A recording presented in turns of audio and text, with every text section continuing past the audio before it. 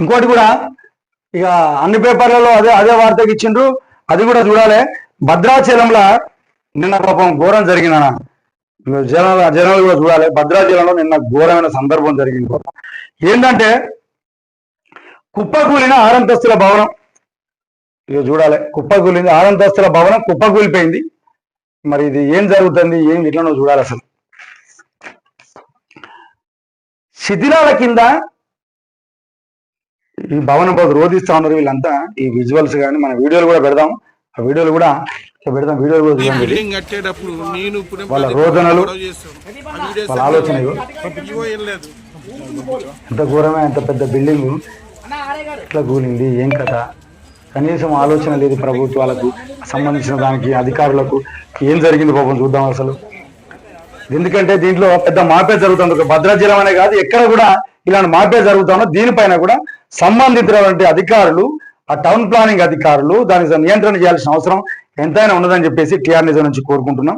భద్రాచలంలో కుప్పకూలిన ఆరంతస్తుల భవనం, శిథిలాల కింద 2 మేస్త్రీలు, పలువురు కూలీలు కూడా ఉండే అవకాశం ఉంటుంది. ఎందుకంటే ఇప్పుడు మేస్త్రీలు పోయిన తర్వాత కూలీ పనిచేసే వాళ్ళు కూడా పోతారు కదా, వాళ్ళు కూడా ఉండేటువంటి ఆస్కారం ఉండదని చెప్పేసి అంటారు.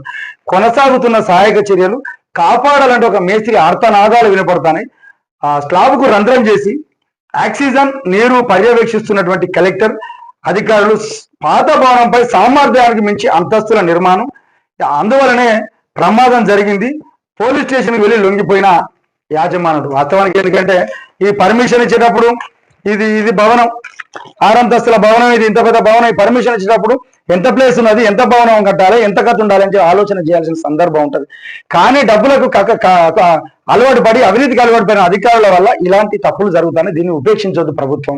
ఎందుకంటే అది ఒక్కటే కాదు, తెలంగాణలో అంతటా అదే జరుగుతున్నది. వీళ్ళు పర్మిషన్ తీసుకున్నదేమో అక్కడ, వీళ్ళు పర్మిషన్ తీసుకున్నదేమో G+1కి అనుమతి తీసుకున్నారు. కానీ అంతకు మించి G+5కి ఇది కట్టడం చేస్తాను. మరి ఇది నాణ్యత ఉంటుందా?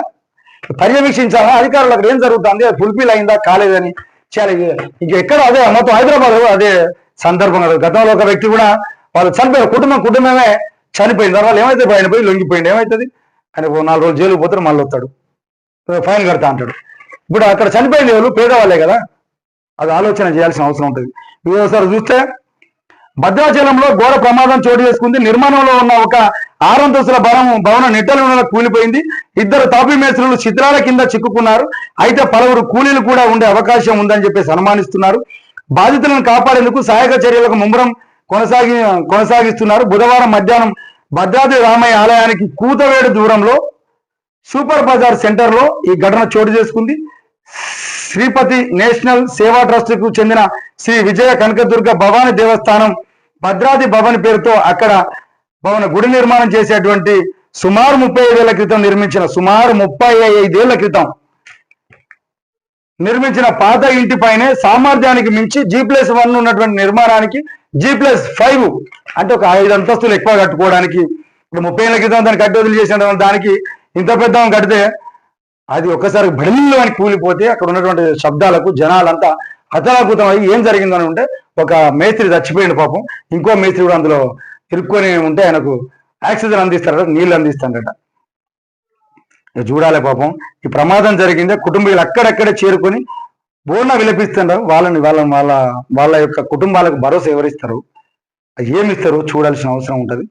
ఇదంతా ఈ ఘటనపై స్థానికులు, రెవెన్యూ, పోలీసు, అగ్నిమాపక సిబ్బంది అంతా అక్కడే ఉన్నారు. కానీ ఆడ ఏం జరుగుతుంది, శిథిలాల కింద చిక్కున్నా ఇంకెవరు ఉన్నారా అని చెప్పేసి ఆరాధిస్తున్నారు. ఏమైతేనప్పటికీ దానికి సంబంధించిన టౌన్ ప్లానింగ్ అధికారుల పర్యవేక్షణ లోపాల వల్ల మాత్రమే ఇది జరుగుతూ ఉంటది. ఆ పర్మిషన్ ఇచ్చేటువంటి అధికారుల వల్లనే జరుగుతూ ఉంటది. డబ్బులకు కకృతి పడకండి. నిజంగా ఎంత మొత్తంలో ఉండాలో అంత పరిధిలో నిర్మాణాలు చేపట్టే విధంగా ఉండాలి. 35 ఏళ్ల కింద కట్టిన భవనానికి మళ్ళీ 6 అంతస్తుల భవనం కడుతున్నా మీకు కళ్ళకి కనబడతలేదు. అక్కడ ఉన్నటువంటి వాళ్ళు మొత్తం జరిగిన తర్వాత ఒక సినిమా లెక్క చూసి ఏదో పోయినా మేము వచ్చినాం తర్వాత ఏముంటది 4 రోజులు మర్చిపోతారు. ఆ కుటుంబాల చిందరవందరవుతాయి.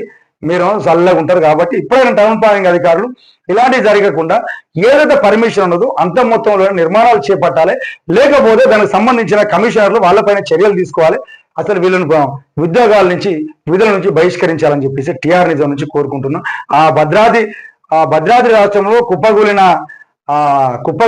6వ అంతస్తు భవనంలో కుప్పగూలినటువంటి వాళ్లకు, చనిపోయిన ఆ కుటుంబాలకు టీఆర్ నిజం నుంచి ప్రగాఢ సానుభూతిని తెలియజేస్తున్నాం. మరలా ఇలాంటి రాకుండా దానికి సంబంధించిన అధికారులు ఎంత నిర్మాణం ఉంది, ఎంత పర్మిషన్ ఉంది, ఎంత పరిధిలో నిర్మించాలి అనే దానిపైన ఆలోచన చేయాలని చెప్పేసి టీఆర్ నిజం నుంచి ప్రభుత్వాన్ని కోరుకుంటున్నాం.